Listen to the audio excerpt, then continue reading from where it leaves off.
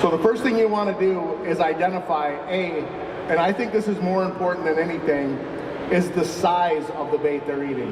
Not always necessarily what they're eating, but if you can actually match what they're eating, that's even better. But the size is very important. Are they eating small bait fish? Are they eating medium bait fish? Or are they eating large bait fish? How many people have seen a smallmouth throw something up when you're bringing them back in? If you ever pay attention to that, always do. Because smallmouth in their fight to survive will regurgitate their last meal. And it will always show you what size of bait they're eating. So that's something key to have. Then if you can key in on that, was it a perch? Was it a goby? Was it a crayfish? Was it an alewife? Was it a shiner? If it's an alewife, I can tell you they're eating moving baits, because alewives don't sit still. How many people have ever seen a school of alewives sit still? Anybody?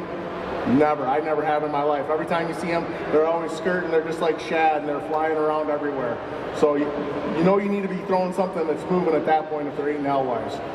If they're eating gobies or crayfish, where do they live? On the bottom. So these are just some of the common sense things you got to start thinking about this. Usually a goby doesn't have a swim bladder, so he doesn't get any higher than about 2 foot off the bottom ever in his life unless he's forced to.